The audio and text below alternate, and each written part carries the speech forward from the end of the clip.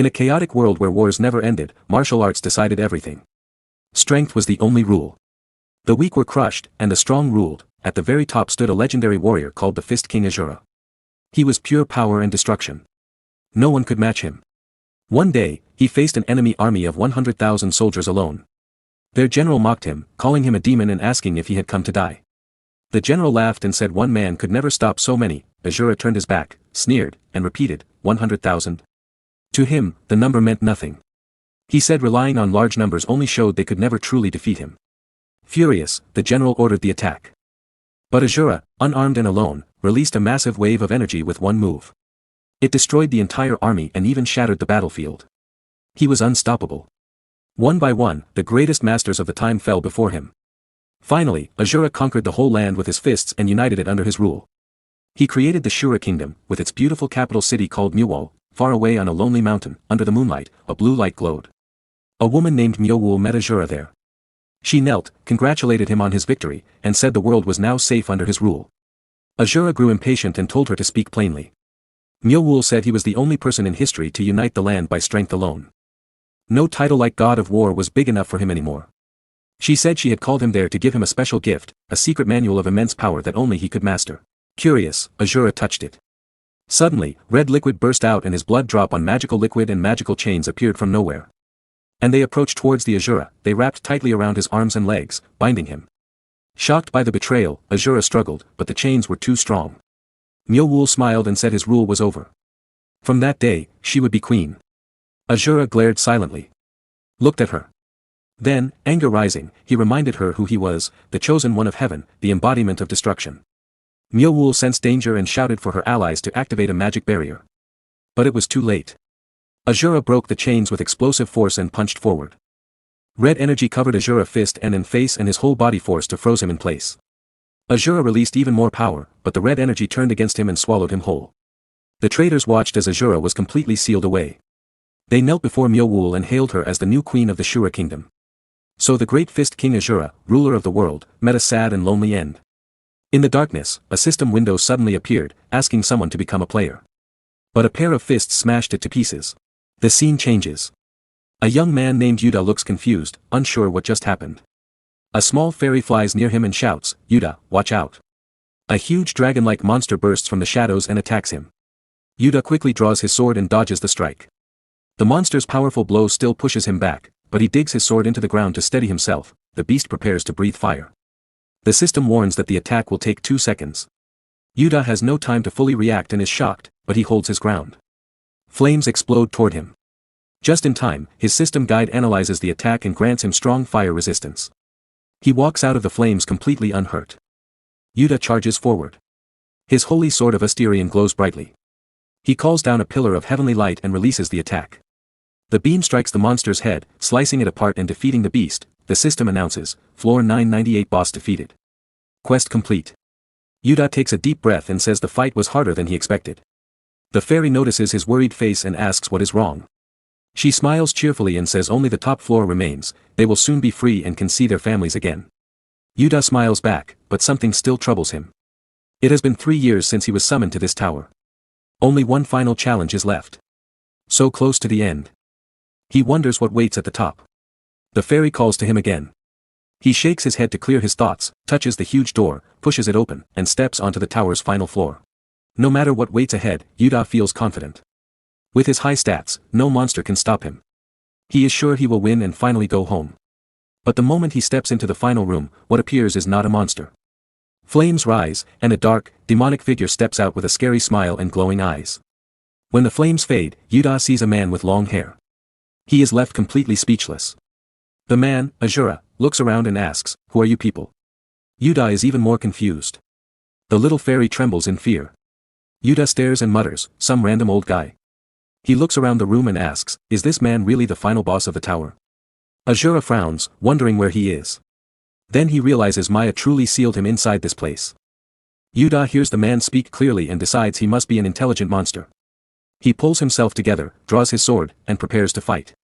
This is the final boss, he cannot let his guard down.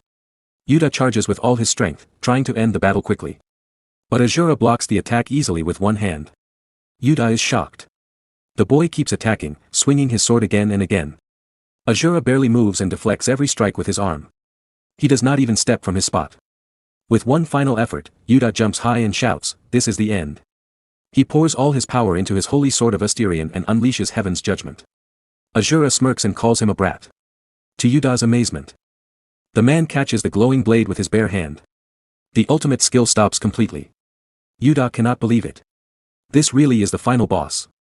His system guide starts analyzing for a weakness. It finishes and shows a high chance of success. But Asura only glares at the sword calmly. With one quiet word, Yuda's system screen flashes a critical error. The success chance drops to less than 1%. Yuda panics. He has never met an enemy this powerful in the entire tower. A dark, demonic aura surrounds Asura. Yuda wonders what kind of being this old man truly is. Asura smiles and says, "Don't be so scared, kid. I don't waste my time fighting people who aren't worth it." Yuda is speechless. Is he really not worth a fight? Asura adds seriously, "At your level, even one punch from me would be a waste." Then he looks at Yuda and asks, "What is this place?" At that moment, Yuda finally understands. His skills failed from the start because this stage is different. To deal any damage, he must prove his true strength, without relying on the system. Yuda takes a deep breath and says, "I'll prove my strength, no doubt about it." A system window appears and activates his chosen hero skill. For a short time, all his stats reach the maximum the system allows, 999, the screen shows every attribute at 999.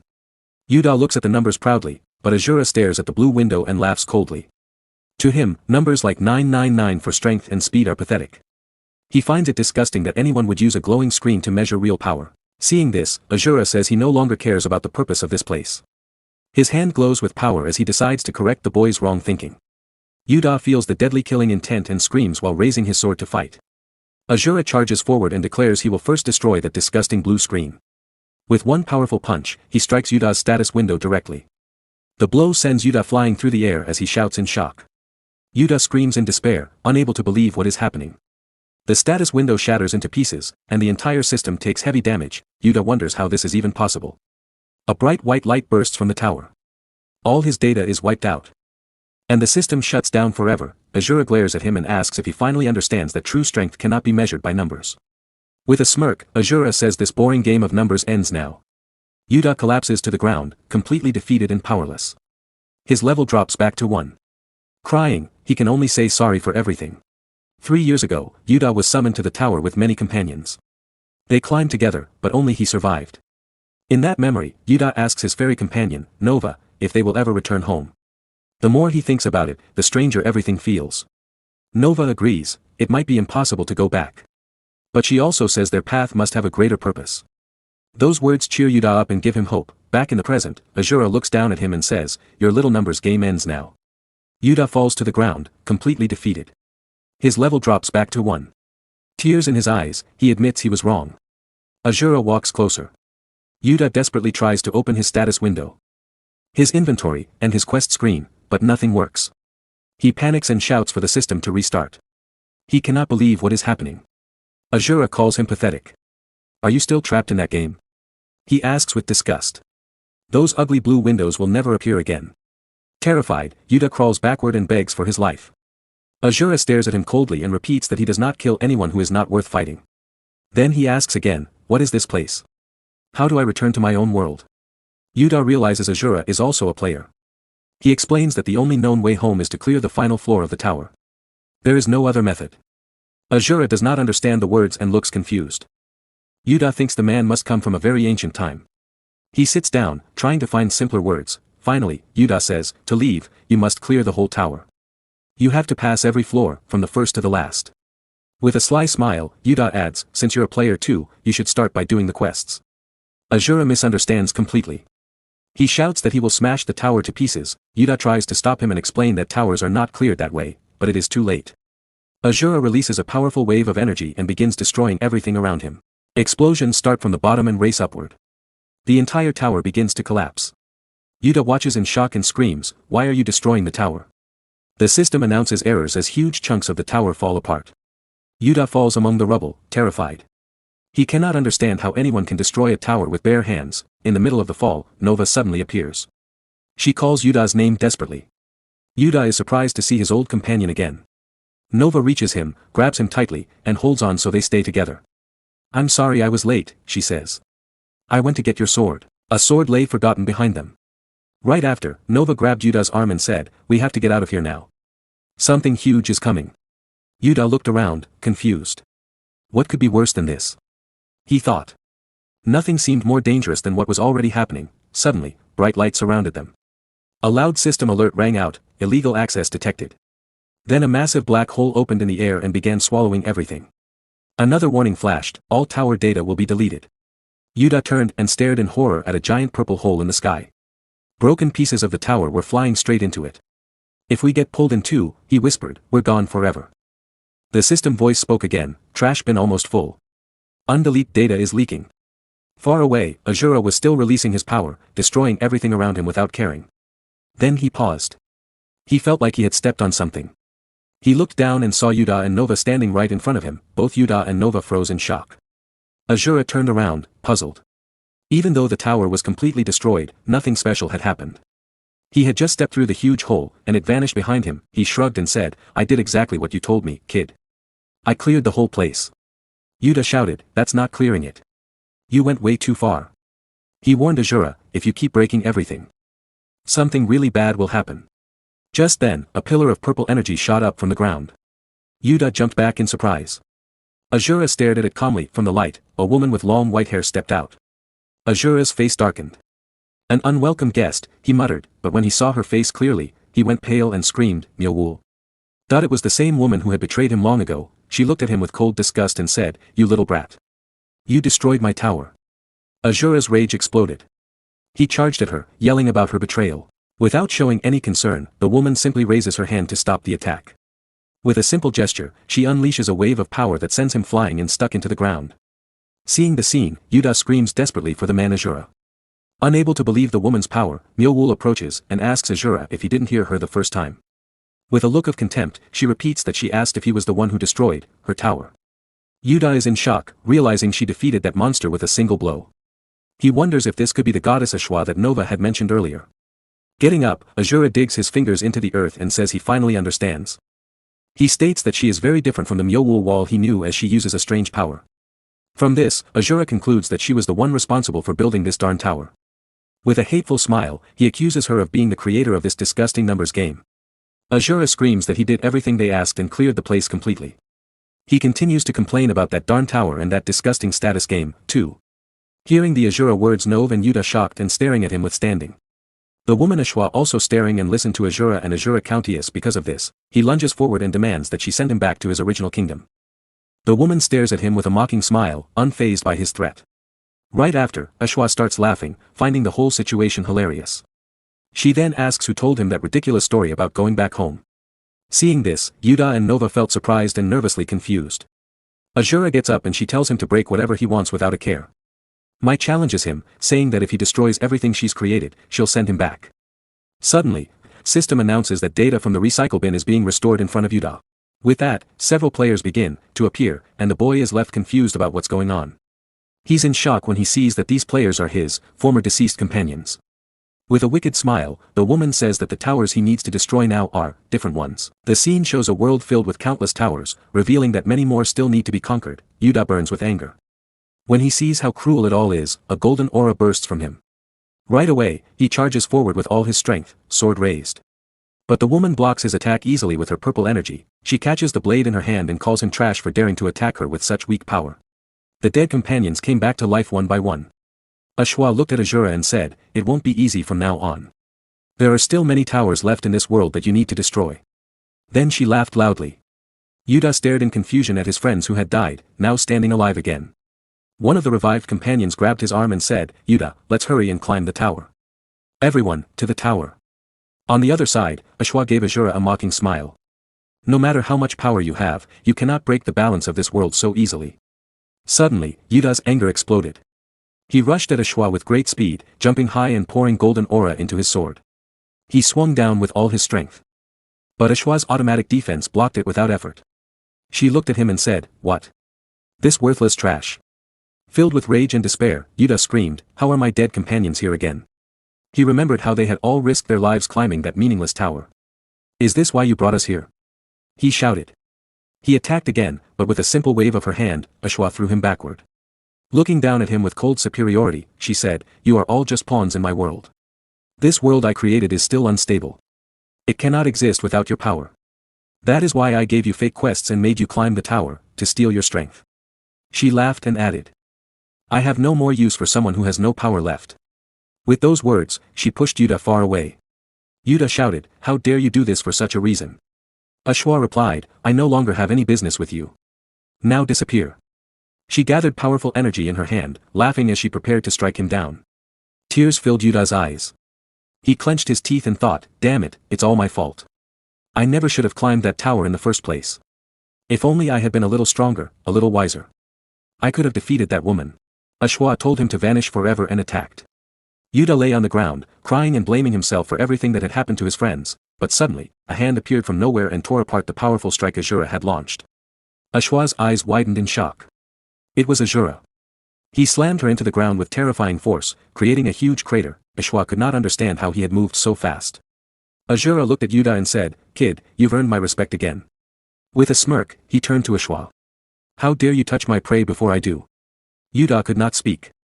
Asura continued, "Your courage is good, but it's still too early for you. I will be the one to finish this woman, no one else." He charged forward and landed a powerful punch. The blow exploded with energy and destroyed everything around them. Asura smiled. "Only I will end her." Eshua was surprised by his strength, even without a system to help him. But she said, "I won't let such wild power run free." She attacked with purple energy. Asura grew angry at her tricks and tried to break free, but she trapped him inside a magic circle. "Conquer all the towers," she said. "I will wait for you at the highest place in this world." Then she vanished. Asura fell to his knees, surrounded by her purple energy. A memory came to him, an old voice named Myeowul, asking him long ago to conquer all the nations of the world. He thought to himself, no matter how much I think about it, that woman and Myeowul. They are really very similar. Asura wonders why she sent him to a place like this. He calls out her name, Myeowul. Suddenly, one of the revived knights charges straight at Yuta.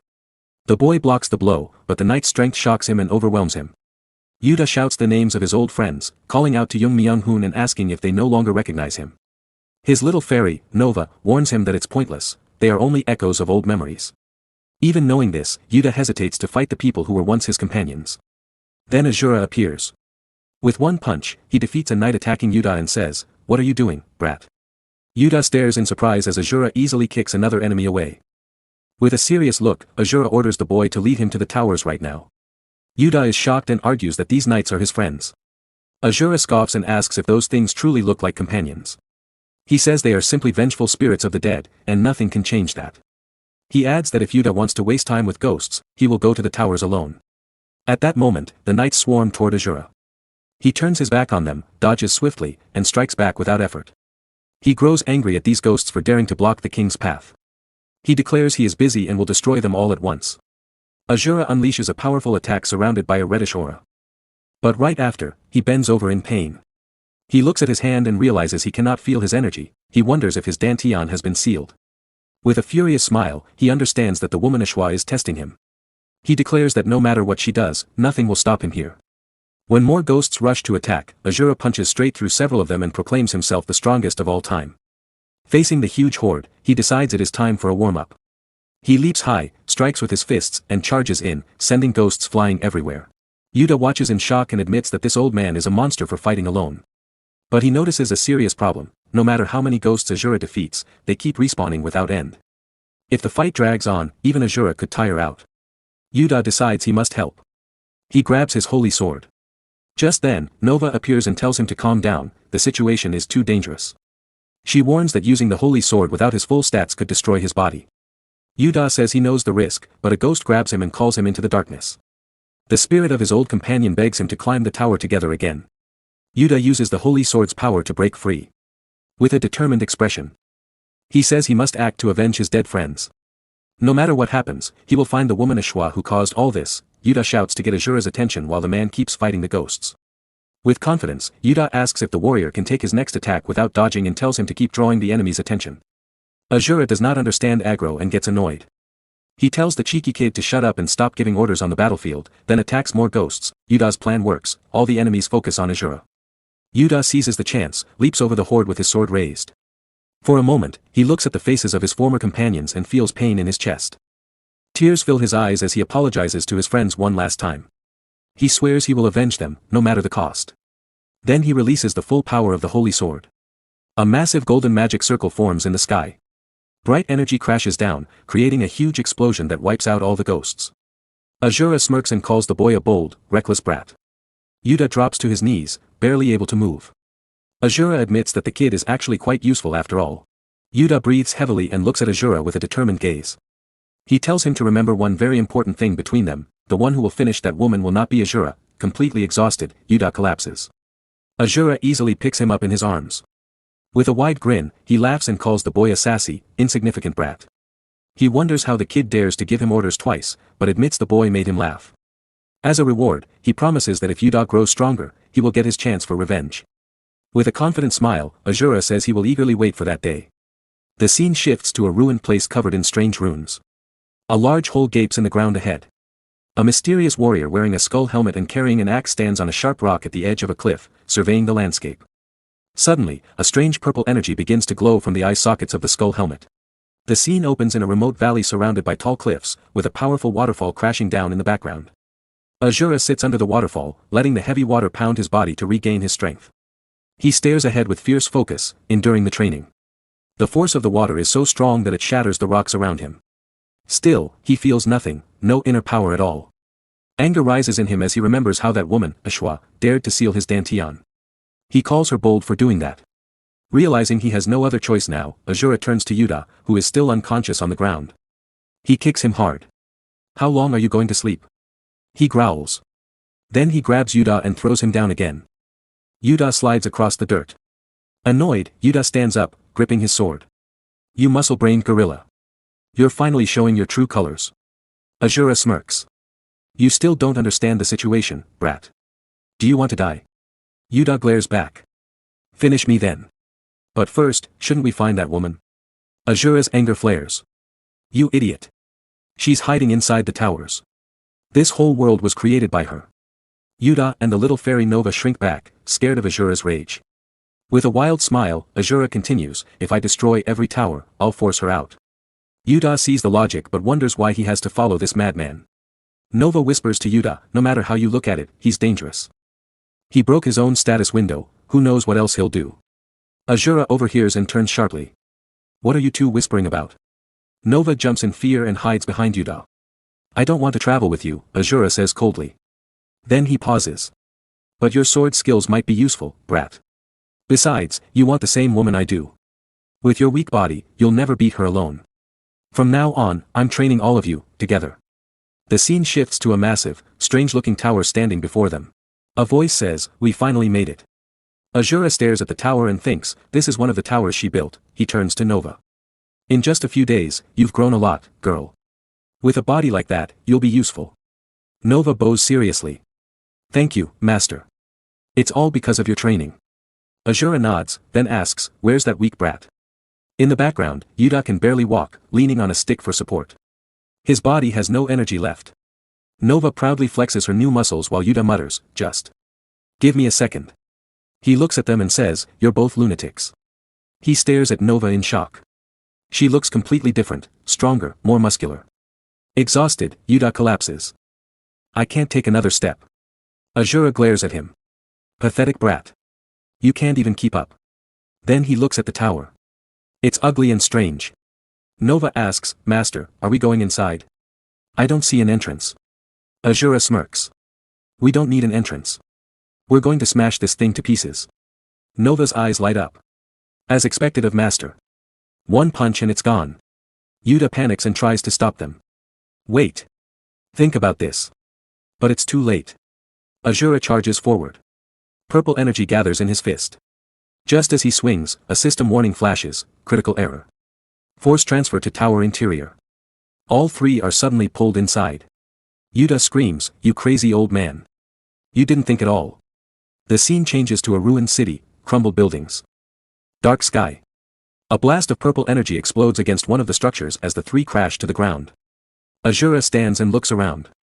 What are these creepy buildings? Yuta gets up, confused. Where are we? He notices Nova has returned to her small, normal size. She touches her arms sadly. My muscles. They're gone. Looking at the destroyed city, Yuta wonders if this is even a real city. Nova, scared, asks if they're back in their original world. Yuta shakes his head, he's sure this isn't his world. Then Nova points to bodies lying on the ground. Are those players? Yuta wonders why there are so many dead people. Suddenly, a voice echoes, heed my call. Purple energy rises from the bodies. One corpse screams in pain, Asura watches quietly, understanding what is happening. The souls of the dead gather in the sky. A figure in a suit floats down from above. He looks at the group with a superior smile. New players summoned to the tower. Interesting. Don't bother resisting. Only I will reach the top. He raises his hand, drawing in the purple soul energy. A giant skeleton forms before them. The system calls it the King of Spectres. Yuta stares in shock. That's way more than just a skeleton. The monster's purple eyes glow as it attacks. Yuta shouts, Asura, get out of the way. It's too strong. Asura laughs. Dangerous? To me? He charges and punches the skeleton with one devastating blow. The creature shatters into nothing. Asura turns with a smirk. Useless trash. He glares up at the man in the sky. You think that weak thing makes you the strongest? You dare claim the top with such little power? The man looks down calmly. Hiding behind a monster. Is that what you think? Right after that, the man uses his power again. Several more creatures appear beside him. He says he has changed his mind. With a challenging look, he tells Asura, I'm going to test you. Let's see how long you can survive. The two monsters charged at Asura together. Asura smirked. This is your test. He said. He raised one fist. Creatures like you dare to challenge me. With a single swing of his arm, he smashed one beast backward. It crashed hard into the wall. He turned to the man who had summoned them. You think this tests me? The second beast, a skeletal monster with purple energy glowing in its eyes and swirling across its face, snarled. Chains burst from its body and shot toward Asura. Asura stood still. The chains wrapped around his arms. For a moment, he looked surprised. Then a lion-like spirit beast leaped from the shadows behind him, claws ready. Asura's eyes flashed. He gathered his strength and struck. His huge hand slashed through the lion beast again and again. He cut off its head, tore out its eyes, and sent blood spraying from its mouth. One massive arm flew through the air. In seconds, the beast lay in pieces on the ground. Asura brushed his hand. That tickled, he said. A deep voice echoed through the darkness, summon the abyssal horde. Hundreds of skeleton soldiers and monsters appeared behind Asura and rushed him at once. Asura took one step forward. Power surged from his foot. A wave of energy exploded outward. Every monster shattered and flew through the air like broken toys. Suddenly, a giant titan beast charged in with terrifying speed and swung a huge fist. Asura did not move. He raised his own fist and blocked the blow. The titan beast screamed in pain, shocked that its attack had failed. A deep voice echoed again, summon shackle wraiths. Countless ghostly figures wrapped in rattling chains rose from the ground around Asura. He was still holding the massive fist of the titan beast with one hand. Asura glanced at the wraiths and frowned. What are these? The man suddenly appeared right behind Asura. His eyes were cold and sharp. I don't understand, the man said quietly. I can't sense any stats or skills from you. So how do you have this much power? Asura turned and looked at him with a serious face, but said nothing. The man gripped two swords. Purple energy flowed around the blades and glowed in his eyes. No need for answers, he said. I'll take your soul and find out myself. He raised his swords.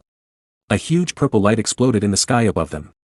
With a powerful swing, he unleashed Brand of Extinction. A massive wave of destructive energy rushed toward Yuta and Nova. Yuta's eyes widened in shock. That power is insane. He's fighting that monster on equal ground, one-on-one. Just who is this guy? Nova's face turned pale. Yuta, run. He shouted. That's no longer a normal player. I don't know why, but I feel it clearly, that man is giving off the same kind of power as Goddess Eshua. The battle between Asura and the man tore the tower apart. Dust and smoke filled the air. When the dust settled, the man stood calmly. Is this finally the last soul? He said. He was a troublesome one. He looked at the beast beside him. With this, my contract with Goddess Eshua is complete. He raised his hand. Purple energy gathered around it. Nameless player, he commanded, soul absorption. With a cold stare, he added, I will put your soul to good use. But in an instant, Asura appeared out of nowhere behind the man. With blinding speed, he slashed through the beasts at the man's side and cut off their heads. The man froze in shock. Asura stepped forward. You mentioned a goddess, he said. Are you talking about the woman who sealed my dantian, that cursed woman? He stared straight at the man. I've been looking for her. This works out nicely. Unless you want to die here. Tell me where she is. The man smiled. Sure. This fight wasn't going to end so easily anyway. But don't get the wrong idea. Purple energy surged around him. Dozens of glowing swords appeared in the air all around them. The one who dies in this tower won't be me, he said. It will be you. He sent every sword flying toward Asura. Asura blocked them all with his bare hands. Still smirking, he caught one sword, yanked it toward himself, and threw it straight back at the man. The force was so strong that even the air around it shook. The man's eyes widened in surprise as the sword flew past him and smashed into the wall, blowing a huge hole through it. The man smiled again. You really are an absurd monster. Purple energy swirled around the man's hands and swords. I won't deny it anymore, he said. You are strong. Now I will fight you with everything I have. He commanded, armor of Hades. Dark armor formed over his shoulders and arms. He leaped forward with incredible speed and swung both swords at Asura. Cold eyes gleaming, he laughed.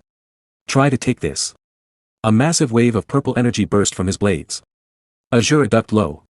The energy missed him and slammed into a nearby building, tearing it to pieces. Asura smirked. Is that all, brat? Not yet.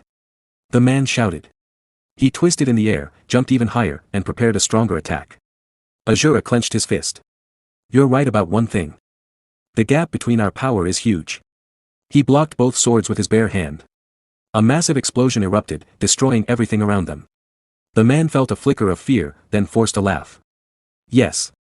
You really are strong. For now. He turned his cold gaze toward Yuta, who had been watching in shock. You said you were looking for Goddess Eshua. The man asked Asura. She is the one who gave me this tower. But I haven't gained full control yet. So I made a contract with her. I would offer the souls of 10,000 players, and in return I would become the true master of the tower. He smiled darkly.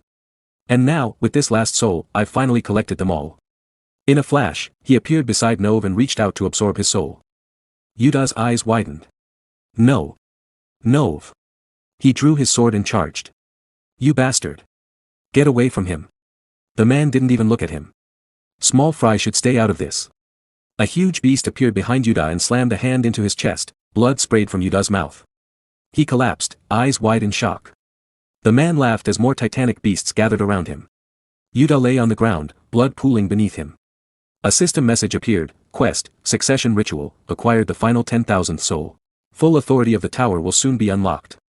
Time remaining, 1 minute and 4 seconds. The man turned back to Asura. Looking at you, he said, I can tell you're a spirit master who controls vengeful ghosts. Asura's eyes narrowed.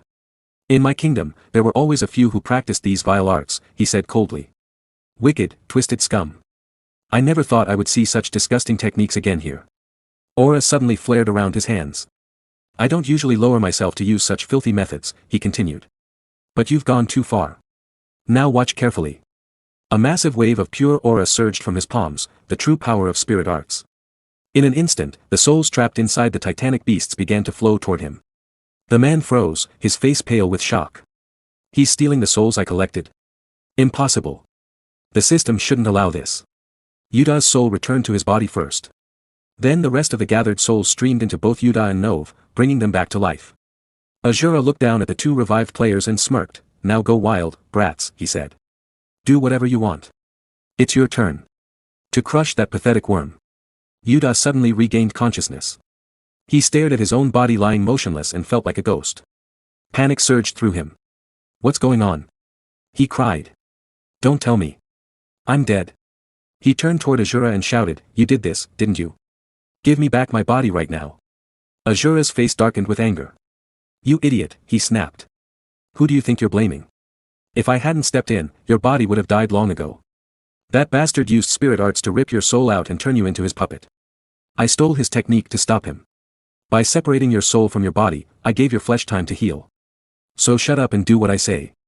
Asura's anger faded into a cold smile. I also took several of the souls he was controlling. He's lost most of his power now. Yuta was still confused. He floated closer, staring at his empty body, trying to understand. Asura continued, You think spirit arts are nothing special? They don't seem to change much at first. Brats, show him the true power of spirit arts. One of the men stepped forward. Purple energy flared around his feet as he glared at Asura. You stole a few souls and now you think I'm worthless? He said. The man grew furious. Purple energy surged across his body, and his eyes glowed the same color. He stepped closer to Asura. Enough of your bullshit, he snarled. I don't know how you stole those souls, but the ones you took are nothing, just a drop in the bucket. As he spoke, he raised his hand. Purple aura flared brighter, and more demon beasts rose from the ground. Skeletons clattered up beside them. Then even more spirit puppet beasts appeared all around him. You call that the true power of spirit arts? He mocked. With just 2 people? Ridiculous. Asura laughed loudly. Ha! Just 2 people. You still measure strength by numbers alone. At that moment, Yuda leaped forward. Yellow aura flowed along his sword as he swung at one of the puppet beasts. The blade sliced deep into its shoulder. The creature let out a pained howl and flew backward, crashing far away. Dust exploded into the air from the impact. The man stared in shock. His eyes widened. What? Is this power? He thought. Where did it come from? Just moments ago, this kid was half dead, more puppets prepared to attack. One huge beast with a massive mouth and purple energy dripping from its face charged straight at Nova, who was still unconscious and standing motionless. Yuda saw it and shouted, Nova. She hasn't woken up yet. The beast reached its peak and lunged to strike. Suddenly, dark power exploded from Nova's body. Her aura turned overwhelming and black. She struck the beast's face with terrifying force. The massive creature vanished in an instant, completely destroyed. Nova blinked and regained consciousness. She looked at her hands in surprise. I feel really strong too. Yuda rushed over and called, Nova, are you okay? She nodded, still amazed. Yuda turned back toward the enemy with a cold expression. I think we both got a lot stronger because of these spirit arts. Or whatever this is. But if we keep fighting like this, it'll never end. He looked at the growing army, spirit puppets, giant beasts, screaming souls, zombies, and skeletons, all covered in flowing purple energy. Asura glanced at the man and noticed he was still using his power to summon even more puppets without stopping. Asura looked at Yuda and Nova and said, listen carefully. To stop him, we have to destroy that disgusting system window first. My dantian is sealed, so I can't use blast. Breaking it won't be easy. Yuda asked, but there is a way, right? Even with your dantian sealed, you can still use spirit arts. Asura clenched his paws into fists and nodded. Exactly. I can't use internal chi, but external chi is no problem for me. He turned to Nova. If there's enough chi, I can create power equal to blast. Your chi is special, kid. Lend it to me. Nova's eyes widened in shock. Deep inside the dark tower, dust floated everywhere. A system notification suddenly appeared in front of the man, warning. The number of souls required for the quest is insufficient. Acquire more souls to complete the quest. The man stared at his blue system window and muttered, those worms wasted the souls I needed. Anger filled his voice. But I can collect more later. First, I must get rid of those pests. He raised his hand. Purple energy swirled around it. My souls. He shouted. Answer my call. Hundreds of soul puppet beasts appeared around him. He pointed forward and commanded, sweep away every enemy in sight. Asura watched the army of puppets and said to Yuda, we only get one chance. Trust me and give everything you have. Open a path so I can reach him. The puppet beasts charged forward while the man controlled them from behind. Yuda gripped his sword. Don't worry, he told Asura. I'm not doing this because I trust you. I'm doing it for Nova and for myself. I will open that path. Yellow aura covered Yuda's sword. He shouted, Holy Sword of Assyrian. Bright holy light burst from the blade. With one powerful swing, he cut a wide path through the puppets. The man laughed as he watched from his system window. Fools. You waste all your strength just to clear my army. It's useless. You can't handle all the souls I've collected. Suddenly, Asura appeared out of the darkness right in front of him. Just as I thought, Asura said with a wild grin. Every time my spirits died, you opened that blue window to check it. Coward. The man's eyes went wide with shock. Asura gathered spirit energy into his fist. Nova poured all his chi into Asura to make the attack stronger. Asura roared, your annoying games end now. And punched the blue system window with full force. Fist King Asura style, destruction. A huge explosion blasted everything around them. The system window cracked and shattered into pieces. The name Lee Chanwoo, level 99 and his endless HP and MP vanished with it. The man screamed, this can't be. His mouth hung open in horror. In his mind, he thought, everything I built. Destroyed so easily. I can't accept this. His eyes turned red with rage and fear. My stats. My power. My world. All gone. A final system message appeared, error. Error. Soul data damaged. All souls will be permanently deleted. Quest succession ritual failed. Yuda collapsed to the ground, exhausted from clearing the path. Slowly, he stood up again. He placed a hand on his chest and felt his heartbeat. Huh? He whispered in surprise. I'm back in my real body. He looked at Asura with amazement. My body really healed, just like he promised. Who is Asura, really? How strong is he? Meanwhile, the man fell to his knees. Tears of anger streamed down his face. This can't be true. It can't end like this. Because of you. Because of all of you. He shouted. The only way to save my world from destruction is gone forever. His eyes burned red and purple with pure rage. After losing Lee Chanwoo talking about his past when Lee Chanwoo was walking on the street with headphones on, heading to school. Suddenly, he heard people shouting and running behind him in fear. He turned around, took off his headphones, and looked up. A huge number of teleportation gates appeared in the sky. He stood frozen in the same spot, shocked. Then the city was attacked. Fire spread everywhere. Buildings collapsed. People died horribly. One man had an iron rod pierced through his chest. Many others lost their lives while trying to escape. Lee Chanwoo was the only one who survived. He stood there in complete shock and fear. Sweat covered his face, and his eyes were wide open with terror. Suddenly, a woman appeared in front of him. A blue screen popped up, introducing the system. Then Yuda showed up, trapped or confused, and asked Lee Chanwoo, "What are you talking about all of a sudden? The world was destroyed? Aren't you a player from another world like us? So why would your world suddenly?" Before Yuda could finish, Lee Chanwoo put his hand on his head. Tears filled his eyes as he said, "When I became a player, my world was already doomed. A monster wave was going to destroy it. I wanted to save my world no matter what." His eyes turned cold, and tears fell as he continued, "I thought I could save it with my own power. With only one goal, to save everyone, I climbed to the top of the tower. There, I learned the truth, the person who conquers the tower gets the power to create a new world." Yuda was surprised and asked, "A new world, the power to create?" Lee Chanwoo looked at his hand and said, "Yes. I used that power to try and remake my world inside this tower, exactly as it was before the destruction." Then he shouted with anger and pain, "I wanted to save and protect them with my own power. Finally had the strength to protect everyone." He clenched his fist tightly and yelled with tearful eyes, "But everything is ruined because of you. If you hadn't interfered, the quest would have." Before he could finish, Asura angrily interrupted, "Stop with the cowardly excuses. You coward." Asura kept talking coldly. "Someone like you wants to save the world? Save everyone? Then why did you run away when your world was being destroyed?" Lee Chanwoo's eyes opened wide in shock. Asura continued, "You never really planned to save them, did you? You said you wanted the power to recreate the world, not to save it. Is that power just some pathetic game of numbers to you? Even if you rebuild the world inside this tower, what real meaning would it have?" Asura stepped forward and said calmly, "Since grief has made you forget reality, let me remind you of one thing. You just wanted to escape your weak, painful reality. And play the hero." Lee Chanwoo shouted in anger, "Shut up." He raised his fist and charged to attack. But with just one hit, Asura knocked him down hard.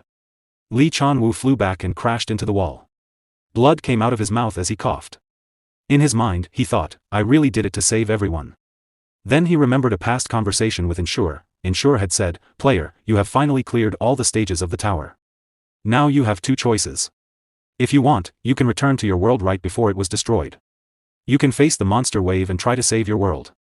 Lee Chanwoo stayed silent. Ensure smiled coldly and continued, "Or you can accept a special quest.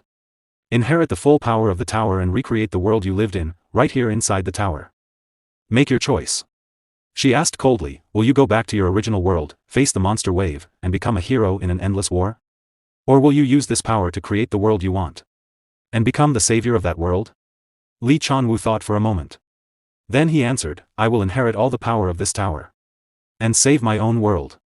Back in the present, inside the tower, a system warning appeared, "The tower's system is collapsing. All data inside the tower will be deleted." Yuda looked at Nova and asked in panic, "What is this now? Don't tell me. The tower is collapsing?" Rocks started falling around them. Yuda turned to Asura in fear and shouted, "Mister. What do we do? At this rate, we'll all die with the tower." Suddenly, Lee Chanwoo spoke again, weak but clear. "Eshua once told me something." Hearing the name Eshua, both Asura and Yuda paid close attention. Lee Chanwoo continued slowly, "All the towers in this world are connected by one single path."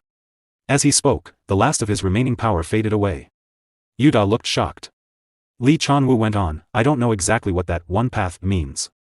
But maybe. If you reach the end of that path, you will be able to meet the Goddess Eshua. With a tired, sad face, he said, if you want to find Eshua, seek out that path. Yuta asked, confused and emotional, what do you mean by that? And why are you telling us this? Lee Chanwoo sat on the ground and spoke in a low, tired voice. Because the memories I tried so hard to ignore have come back. Now I finally understand. He looked straight at Asura and said, that muscle-bound man was right. I was just a coward running away from a weak, painful reality. I got drunk on the idea of playing hero. Even if I admit it now, nothing will change. He gave a painful smile and continued, after all, I gave up the chance to return to my original world. His voice became quieter. So in this empty world with nothing left, I have no reason to keep living. The exit is behind you. If you wait any longer, even that exit might disappear. Before the tower collapses completely. Hurry and get out of here. Asura looked down at Lee Chanwoo and said calmly, you intend to stay here and die. Understood. You were a coward, but you are not pathetic. Do what you want. Asura turned and walked toward the glowing exit that had appeared. As he walked, he said, if I meet that woman later and crush her, I'll do it for your share too. Yuta quickly called after him, surprised, mister. Are you really just going to leave him here? Yuta added, he can come with us. He can look for Eshua too. Asura turned his cold eyes toward Yuta and said sharply, silence, you ignorant brat. He was defeated in a real life or death battle. Then Asura looked back at the huge teleportation gate and spoke again. For the winner to spare his life and let the loser choose his own place to die. What greater mercy could there be? Yuta looked confused and turned toward Lee Chanwoo, but, before he could finish, Nova interrupted urgently. There's no time, Yuta. Soon the entire tower will completely collapse. Yuta clenched his teeth. I know, Nova, but I can't. He shouted with determination, I can't just give up on a person's life.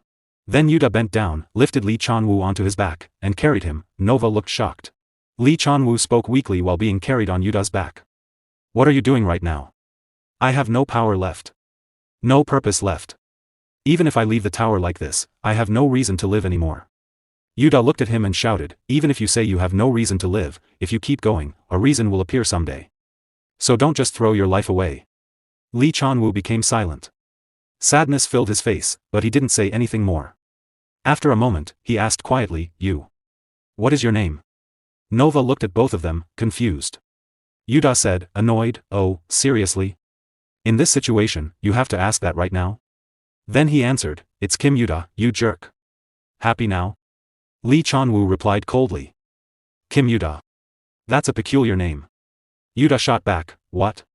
Are you done talking? Then what's your name? Lee Chanwoo answered, I am called Lee Chanwoo. Yuta laughed a little. Not exactly a grand name either. Then Lee Chanwoo said seriously, Kim Yuta. I have one final request for you. Suddenly, a yellow wave of light passed over his shoulder.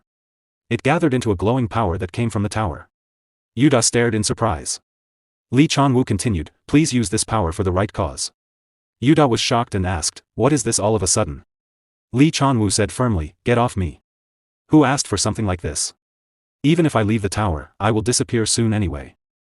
Without the power of the system, it's impossible to keep this body alive.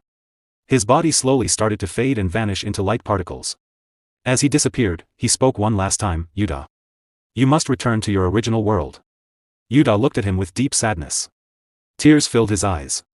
He held the glowing power tightly in his hand and shouted, Lee Chanwoo. At that moment, the system warning appeared, the tower is completely collapsing. Time remaining, 1 second. All data in the tower will be deleted. The entire tower began to break apart and slowly got absorbed into a huge purple energy. The system announced coldly, number 312 tower has been completely destroyed. Somewhere far away, Eshua sat watching everything. A small smirk appeared on her face, now that's just one tower. You better try harder, unstat player. After defeating the tower keeper, the tower slowly began to disappear, the system sent an alert, all data of the tower has been deleted. From far away, Yuta and Asura watched the tower vanish. Yuta could not believe it. He said, really? Everything is gone, then he looked at the new power flowing in his hands. With sadness, he whispered, from the moment the stat window shattered. Was it already too late to save him? He remembered Lee Chanwoo's final moment and thought, if the stat window breaks, the player's real body dies too. That means I should have died already. So why am I still fine, unlike Lee Chanwoo? He stared at the disappearing tower and wondered, do I still have some of the system's power inside me? Suddenly, Asura stepped closer and asked, why have you been making such a serious face, kid? Asura looked at him with a serious expression and said, is it because that spirit master died? He gave a small laugh. You're more sentimental than you look. Yuta kept holding the new power in his hand. He looked at Asura sadly and replied, yeah, so what? Are you going to nag me again? He stared at the power again and said, Lee Chan-woo. That guy. I just feel uneasy about it. He was definitely a bad person, but it feels strangely bittersweet. And in the end, he gave me this. He lifted his hand with the power. He told me to use it for the right cause. And to make sure I return to my original world. Yuta looked at Asura and said, I don't know what kind of power this is, but right now. It feels right to give it to you first, mister. Asura reached out and took the power into his hand. He looked surprised and said, I can feel that damn woman's chi inside this. Maybe. With this power, I can finally unseal my dantian. After hearing that, Yuta asked in surprise, really? Then will you regain all your strength? Asura looked at the object in his hand and said calmly, don't get ahead of yourself. With this amount, I will recover only a tiny fraction. Although the feeling from this object is the same as hers, it is much weaker than the powerful chi that sealed my dantian. Yuta looked curious and asked, I've been wondering for a while. What exactly is this dantian? You're already so strong even without it. Asura held the object and stared at it. The power I use now comes from external arts. It is pure physical strength, nothing more. Both Yuta and Nova looked shocked. Yuta asked nervously, so? Since you met Eshua, you've been fighting with just your raw physical strength the whole time. Nova added quietly, he's a monster. Asura spoke in a cold voice, if I recover my dantian, I can use internal energy. He continued explaining, internal energy uses the power of chi that flows through my body. It allows me to show strength far beyond external arts. Yuta's eyes opened wide. Internal energy? Is it like a magic skill? Then he thought to himself, come to think of it, that man was strong even without a stat window. If he had stats, how high would they have been? He was strong enough to destroy both the stat window and the tower. Yuta looked down sadly. Nova noticed and asked. Yuta, what are you thinking about? Yuta blinked. Huh? Oh. I was just wondering what Mr. Strength would look like in stats. Suddenly, Asura appeared behind him and lightly tapped his fist on Yuta's head. Are you still judging strength by those blue windows and numbers? Yuta rubbed his head in pain and said nervously, he has sharp ears too. Nova whispered, he's definitely a monster. Yuta asked Asura, then what is real strength to you? Asura gave a small smirk. Foolish. He raised his hand and said, strength comes from blood and sweat. It comes from training and effort. He clenched his fist tightly. Listen carefully. To throw a strong punch, I swung my fist 1,000 times a day. But if someone else swung it 1,001 times, does that make me weaker? He stood firm, feet planted, and the air around him seemed to press down. No. It's not just about the number. It's about how much you yearn for power with every single punch you throw. Asura pulled his fist back slowly. He held the position for a few moments, building pressure in the air behind him. He took a deep breath and said, in other words, true strength is what you gain when you put your whole heart into achieving what you desire. His eyes turned blue, and a powerful aura flowed around his fist. The air pressure grew stronger. Then, with full force, he threw his punch forward. A huge noise echoed. A bright light flashed across the area. The force of the punch blew everything in its path away. Nothing was left standing. Even the dust swirled wildly around them. Yuta and Nova stared with wide eyes, completely stunned by the power. Asura looked at them and asked calmly, do you understand now? He glanced back at the object in his hand. Power still flowed from it into his palm. His eyes turned red, and his face showed anger. Anyway, the real problem is how to use this power properly. He gripped it tighter and thought bitterly. Damn it. It's full of things I don't understand. Myo-wool. What on earth were you thinking? High on the mountain, thick fog covered everything. Yuta and Asura were still talking about the power of the object. Asura suddenly tossed the object to Yuta and asked, is this the first time you've seen it too? Yuta caught it and replied, yes, that's right. Because of someone, my stats got destroyed before I could finish the tower. I thought everything would end once I reached the top. Asura listened and said, okay, I understand. Then he turned, looked at Yuta, and gave a small smirk. So. Would that guy know about this power? Yuta suddenly felt something and looked around. He noticed it too. Asura smiled wider and spoke in a cold voice. Reveal yourself. At that moment, a hidden figure stepped out from the fog. Yuta and Asura both stared at him, confused. Asura frowned after looking closely. What is this again? A monster that survived the tower? But I don't see any red aura. The man stood silently. A strong purple aura flowed around his one eye. He wore a skeleton mask shaped like an animal's skull and held a huge, powerful axe in his hand. Asura narrowed his eyes and asked sharply, "Who are you?" The man wearing the big animal skull mask on his face said nothing. He simply raised his huge axe and pointed it at Asura, clearly challenging him to fight. Asura looked happy at the challenge. He laughed with a cold, chilling aura flowing around him. "Fine. No need for words. Come." The skull-masked fighter pushed 1 foot hard into the ground to build power. Purple aura surged around him. Then he jumped forward and swung his purple energy-covered axe straight at Asura. Asura bent down quickly and dodged the attack. He smiled, clenched his fist, and threw a powerful punch. The single hit sent the skull guy flying through the air. The skull guy managed to steady himself in midair. Purple aura flared brighter around his eyes. He spun his axe and came crashing down again with a fierce strike. Asura stayed in the same spot, not moving at all. The skull guy used a powerful move, an early splitter. Heavy purple energy exploded outward, destroying everything around them. Rocks flew everywhere, and the whole area shook. When the dust finally cleared, blood spots were scattered on the ground. But Asura stood unharmed. He had caught the axe blade directly with one hand and stopped the attack completely.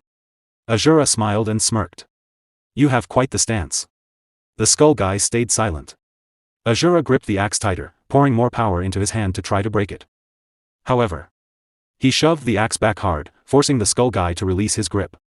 Then Asura stepped forward and smashed his fist into the masked face. It is futile to target this king with just that. The powerful punch shattered the skull mask into pieces. The fighter flew backward a long distance and crashed hard. Asura smirked and said, "Try harder." After that heavy blow, a voice echoed from the fallen figure, "I can't forgive. I will never forgive." The fighter slowly stood up. Their eyes glowed with fiery anger. Yuda stared in shock, mouth wide open. That person. The hoodie fell back a little. It was a woman. A large mark covered part of her face. She still held her axe tightly and glared at them. "Why did you all destroy my tower?" Yuda looked at the shadowy figure. His eyes opened wide in surprise and shock. He said, "Well, it's true that we destroyed a tower. But we weren't sure if it was your tower."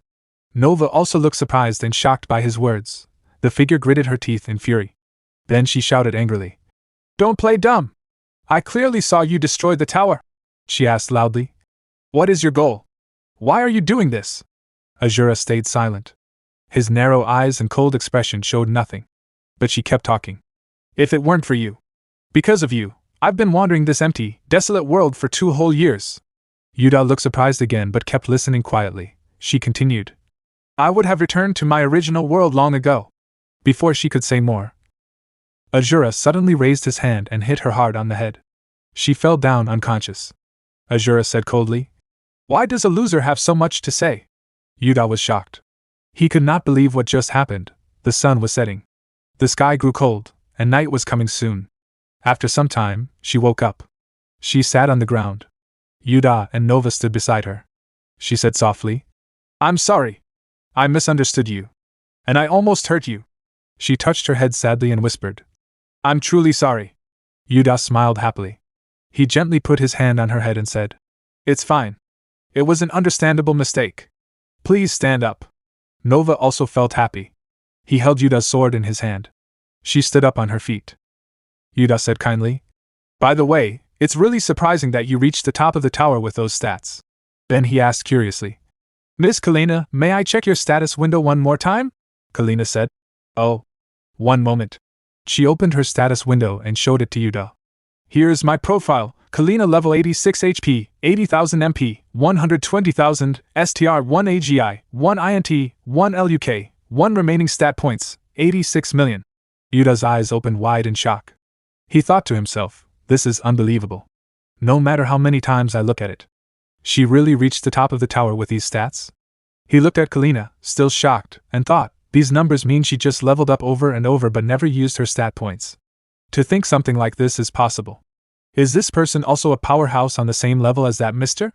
Yuda stood beside her and asked, You said you didn't see anything at the top of the tower. Right.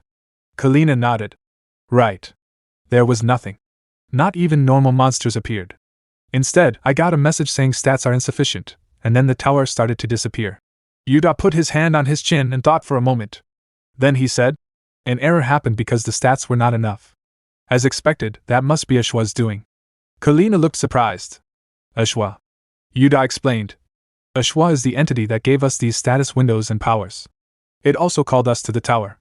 We are chasing that entity so we can return to our original world. Kalina looked at Asura and said, if that's true, then that person too. She asked. But what is he doing right now? Asura was sitting on the ground. He held the special power they got from the previous tower keeper in both hands. He closed his eyes. Energy started flowing around his body. Yuda looked at him too and said nervously, good question. Suddenly, the power in Asura's hands floated into the air. His mana glowed brighter and stronger. He was trying to unlock and release his sealed dantian. All at once, Asura released a huge burst of energy. The powerful pressure made nearby rocks fly away. A strong stream of energy shot straight up into the sky. Yuda and Nova quickly covered themselves as the pressure wave hit them hard. Yuda shouted, what is this now? Asura's body was wrapped in glowing chains. A bright blue aura flowed around him. The chains were blocking his dantian. Yuda saw it and thought, he's just trying to recover his dantian. Why are the effects so dramatic and flashy? Suddenly, a strange aura struck Yuda's mind. He froze in fear. His face turned dark. His eyes glowed with strange light. He grabbed his head and thought, my head. Suddenly. Then he screamed in pain. Suddenly, a memory hits Yuda. He sees a huge mansion being destroyed by a massive explosion. Dust flies everywhere. Fireballs fall from the sky, crashing into the mansion and burning everything around it. A strange figure stands high in the sky, throwing powerful fire down with great force. Eshua looks up at the figure, crying loudly and screaming, no! Yuda feels confused. He thinks, what are these memories? That face looks somehow familiar. Meanwhile, Asura stands up slowly. Dust swirls around his feet. He raises his hand and says, my internal energy has started flowing a little. But it's still too weak. I need much more power to unseal my dantian. He thinks of Eshua and mutters, the seal that woman put on me. I have to break it using that power, right? A smirk appears on his face. Interesting. Then Asura looks at Kalina and Yuda. I've found a way to regain my full strength. If I absorb these energies, I can completely restore my dantian. He smirks again. So hurry up. Let's go to the next tower, kid. Yuda steps forward and asks, but not every tower has a successor's power, right? Some towers might not have one yet. Suddenly, a voice says, no. I know the way. Yuda turns around, shocked. Nova. He stares in surprise. Why do you look? A purple aura flows around Nova's body, the same power that belonged to the tower sprite puppet from before. Nova speaks calmly. I don't know what happened either, but I can feel it. Everything in this world, all the powers, big and small. She releases a small burst of purple aura. I think I know where the successor's powers are heading. I can guide you, Yuda. Yuda listens carefully, his face turning serious. Nova looks determined and says to where the successor's powers are being used. Yuda nods, his expression now strong and focused. Then our next destination is set. Scene change. A large mansion stands hidden in thick night fog. Bright lights shine from its windows. Inside, the air moves gently, but everything stays quiet, only silence echoes. Suddenly, footsteps ring out through the halls. A tall, quiet man with long ears steps forward. He wears a single monocle over one eye. He speaks clearly. The Bloodwind Fields, the farmlands personally designed by the Demon King, are collecting their monthly harvest share as maintenance fees. The Dark Mine, as planned, delivers 1 gold bar every month. The Demon King sits on his grand throne. He laughs loudly. Good, good. At this rate, 1 million coins won't be far away. He looks at the long-haired man and says, Graydon, you've worked hard for a long time. Take some rest.